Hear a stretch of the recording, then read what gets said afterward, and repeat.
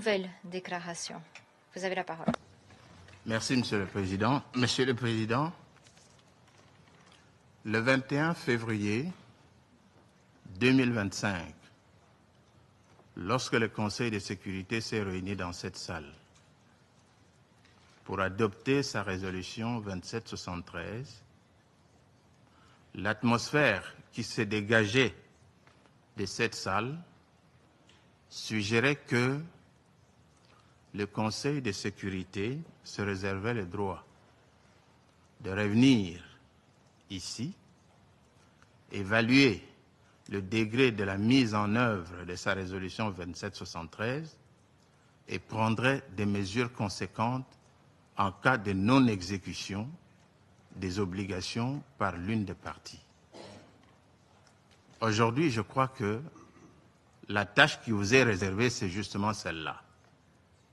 Vous avez constaté, ainsi que tous les organismes du système des Nations Unies, les rapports nous en ont été faits ce matin, que c'est le Rwanda et ses supplétifs du M23 qui mettent en mal l'exécution de la résolution 2773, ainsi que les différents accords qui ont été conclus jusque-là. Le Conseil devra donc prendre ses responsabilités.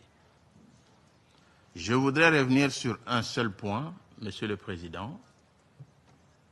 Il n'est pas étonnant que le Rwanda remette en cause le rapport sur les massacres commis par le M23. Cela fait partie de l'ADN du Rwanda. Ils agissent par le M23 interposé et le soutiennent.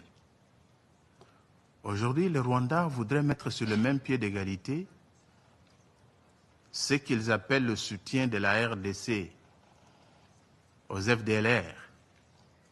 Mais ce sont des railleries. Nous avons vu, lors de la chute de Goma et de Bukavu, les images existent, les satellites ont démontré, les colonnes de troupes rwandaises pénétrant la ville de Goma en pleine journée. Et où est-ce qu'on a vu les FDLR soutenus par l'armée congolaise quelque part? Ça n'existe pas, c'est un leurre. Nous savons que le Rwanda est au Congo pour exploiter les minéraux du Congo. Ça, c'est connu de tout le monde. Les différents rapports l'ont toujours démontré. Nous n'allons pas vous retenir longtemps. Vous êtes suffisamment édifiés sur cette question. Nous pensons que les mensonges n'ont plus droit de citer devant cet auguste Conseil de sécurité. Monsieur le Président, j'ai dit, je vous remercie. Je ne reprendrai plus la parole. Je remercie le représentant de la République démocratique du Congo de sa nouvelle déclaration. La délégation du Rwanda a demandé la parole afin de faire une nouvelle déclaration. Je vous donne la parole. Thank you very much, Mr. President. Merci beaucoup, Monsieur le Président. Très rapidement, je rappelle que le Rwanda va se conformer à ses engagements dans le cadre de l'accord de Washington.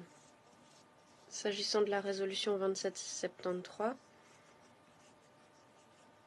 elle stipule ce que doit faire le gouvernement de la RDC. Et je ne vais donc pas répéter comment la RDC appuie les FDLR, étant donné qu'il y a de nombreuses preuves disponibles pour le Conseil et les Nations Unies.